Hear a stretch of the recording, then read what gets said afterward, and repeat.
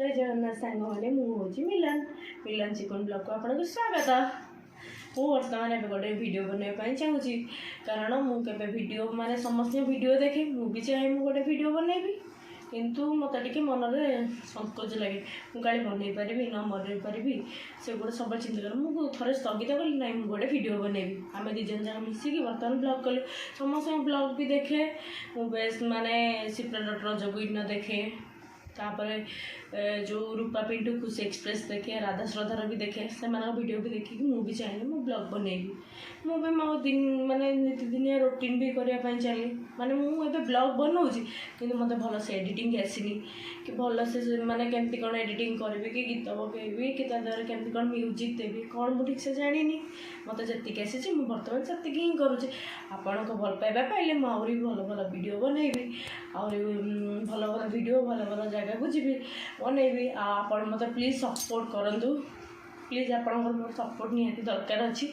आप मत सपोर्ट कले मैं आगे भल भल वीडियो बनैबी भी जानी देखो मैंने जो बाहर पूर्व माने इंस्टा कौन आउ यूट्यूब ब्लॉग कौन मुझे जानी नी इंस्टा वीडियो माने इंस्टा वीडियो मुझे खाली शुणी किंतु इंस्टा वीडियो कौन मुझे जमा भी जानी नी जिते बाहर सरला समस्त इंस्टा वीडियो करते माने मो शाशुकर सपोर्ट मिला तो इंस्टा वीडियो करे तापर इंस्टा वीडियो कली तापर इंस्टा वीडियो कला मोर इंस्टा आईडी भी अच्छी मिलन चिकू आपण भी जाकि मो इंस्टा देखिपारे मो इंस्टा वीडियो कली बेसी आम माँ को सपोर्ट मिला तो इंस्टा वीडियो कर समस्त कर तू कर मुझे काले किए कौन कहे कहले तू क्या कथा शुणना तू तोर इंस्टा वीडियो कर तापर सी भी निजे आमको मैंने सपोर्ट कले ना यूट्यूब हेरिका कर से सपोर्ट पाई आज आम यूट्यूब वीडियो बनाऊँ और से भी सपोर्ट आशा अच्छे आम आगे आगे जापर आप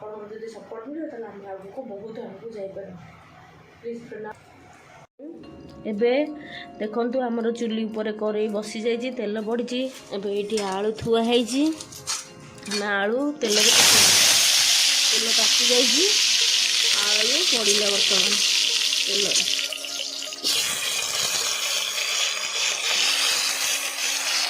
आलू के भाजवा तेल कड़ा कर भाजीदे और किसी सुविधा है आलू कड़ा कर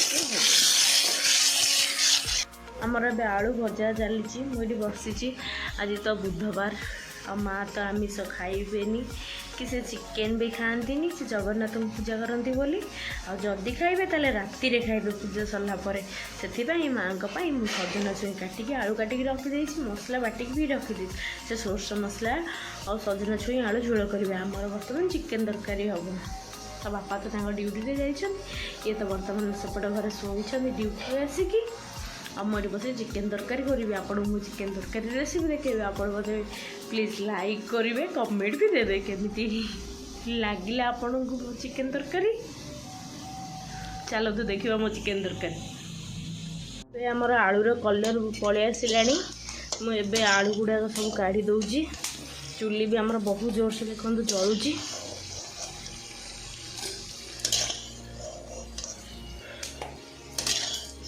बर्तमान आलू काढ़ी दूची ये कलर आसापे चीनी पकेगा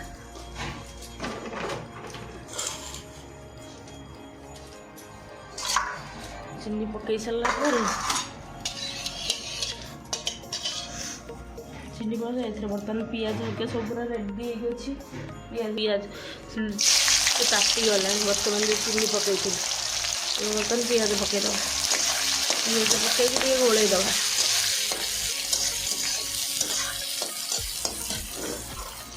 चुली रे करू न गैस रे करूँ चुली रे भी करूँ दुईटा जाकर आम करूँ आज आम गैस रे खिचड़ी होता ठाकुर खिचड़ी बसी से लगे मुझे कहली चुली रे चिकेन कर चुली चिकेन भी बहुत टेस्ट लगे चुली चिकेन कौन चुली जहाँ भी आइटम करूँ बहुत टेस्ट लगे आइटम गुड़ा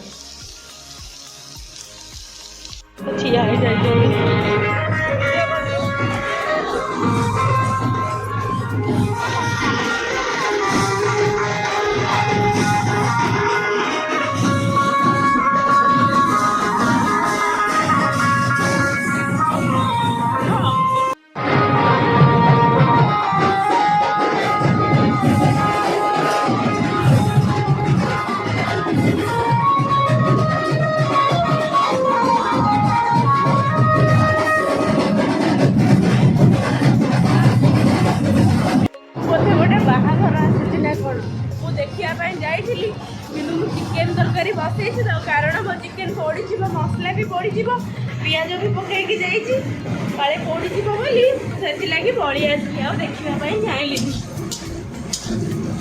मो पियाज आसला बेलू अधा आधी पाचिगला तरकारी मेन हूँ मसलाटा जब ठीक ठाक थी तरकारी टेस्ट लगे चलतु देखा बर्तमान मो पियाज केते जाए गला कौन है तरकारी आपड़ तो बाहागर वीडियो देखिले बर्तमान चलते मो पियाज वीडियो देखिए चिकेन तरकारी रेसिपी ठीक ठाक अच्छी पियाज जदि खराब हो जाए मो तरकारी भी खराब हो जाए पियाज ठीक ठाक आसी गोटे मत बाराती जाऊँगी ना कौन बाहागर से बहुत मुंडा साउंड शुभुची समस्त देखा चाहिए मुझे देखा जाइए आपको वीडियो भी देखी और पियाज गुटा बाची जाओ अदा रसुण पेस्ट पकेबी कंचाड़ा कंचाड़ा देखा जाऊँगी तो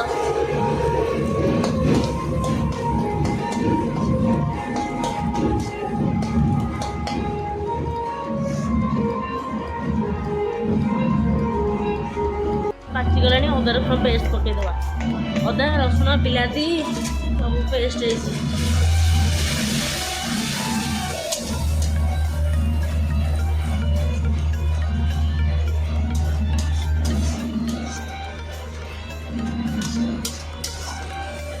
लुण पकईबा सामग्री को लेकिन खाऊ से देखी करे लुण पड़े बर्तमान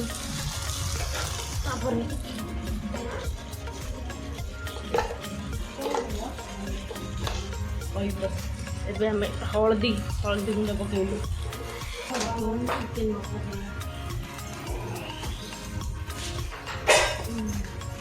मु वो लास्ट रे जानी पाली ने पानी तला कि बरगाड़ी नसला पानी तला बोली जाइनी कि प्रोसेसन ना देखिलु प्रोसेसन देखिलु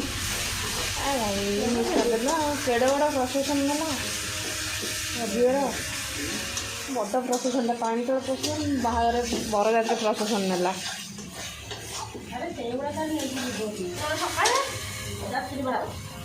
ऑफर दौची बर्तमान एबे तो मसला पूरा कषा कषी चलला आम यादर जदि टे दही भी पकाते भल हाँ माँ टे दही यादर पकाउना माँ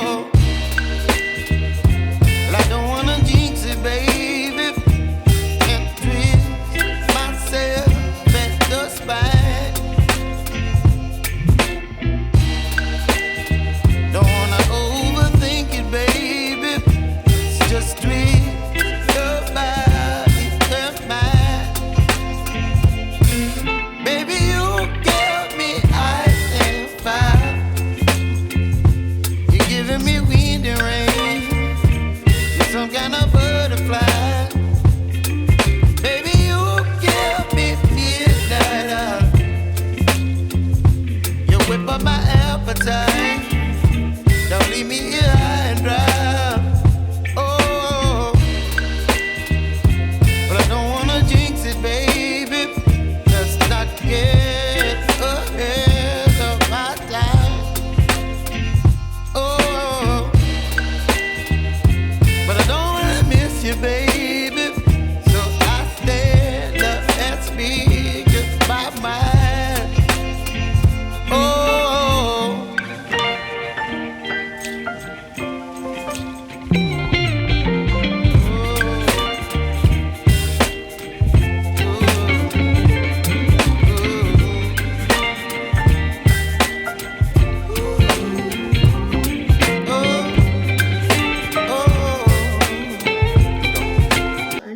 କଲର ତ ପକେଇଛ ନାଲି କରିଦେଇଛ କଲର ପକେଇନି ତ ଭିଡ଼ିଓରେ ଦେଖିଲା।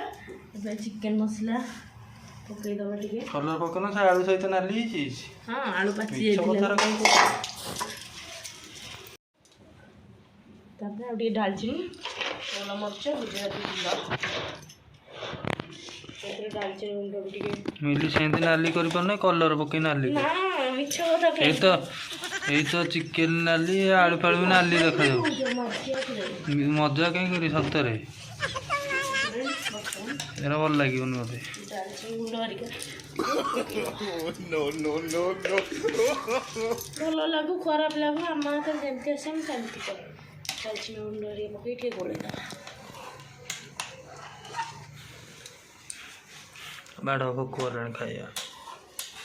ଚାଲନ୍ତୁ ଫ୍ରେଣ୍ଡସ୍ ଦେଖିବେ ଆମର ବର୍ତ୍ତମାନ ଭାତ ସହିତ ଚିକେନ। ଭାତ ଆଉ ଚିକେନ ଏବେ ରେଡ଼ି ହେଇଗଲା। ଖାଇକି ବର୍ତ୍ତମାନ ମୋତେ ଟେଷ୍ଟ ଜଣାଇବ କେମିତି ଲାଗୁଛି। ଏବେ ଟେଷ୍ଟ କରିବା କେମିତି ହେଇଛି। ତାତିଛି ବହୁତ ଜୋରରେ।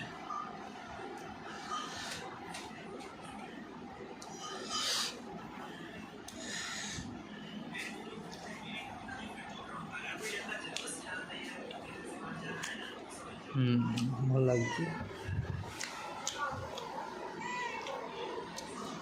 ଚିକେନ ବଢ଼ିଆ ସେ ସିଝି ଯାଇଛି। ଟେଷ୍ଟ ବି ବଢ଼ିଆ ଲାଗୁଛି। ଆପଣ ଏବେ କୁହନ୍ତୁ, ଆପଣ ବର୍ତ୍ତମାନ ଚିକେନ ଖାଉଥିଲେ କେମିତି ଲାଗିଲା ଟେଷ୍ଟଟା?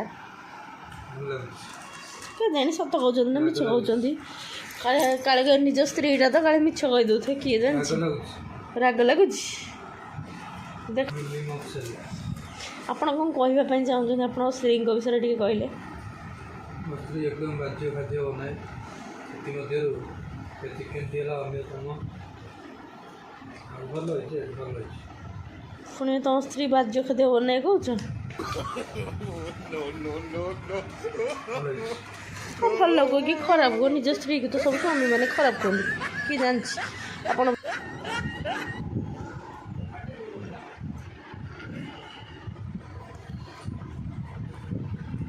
ମୁହଁ ପୁରେଇ ଅବିଲେଇ ବାଡ଼ା ବାଡ଼ା ବାଡ଼ା ବାଡ଼ା ତାକୁ।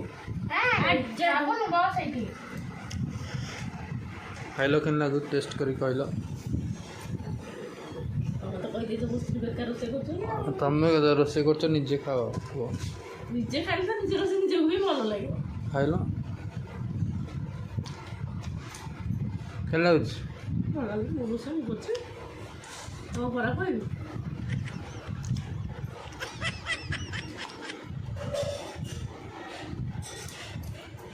ଭଲ ଲାଗୁଛି। ମୋତେ ଭଲ ଲାଗୁଛି। ମୋ ରୋଷେଇ ହେଉଛି ମାନେ ମୋତେ ଭଲ ଲାଗେ। ହଉ।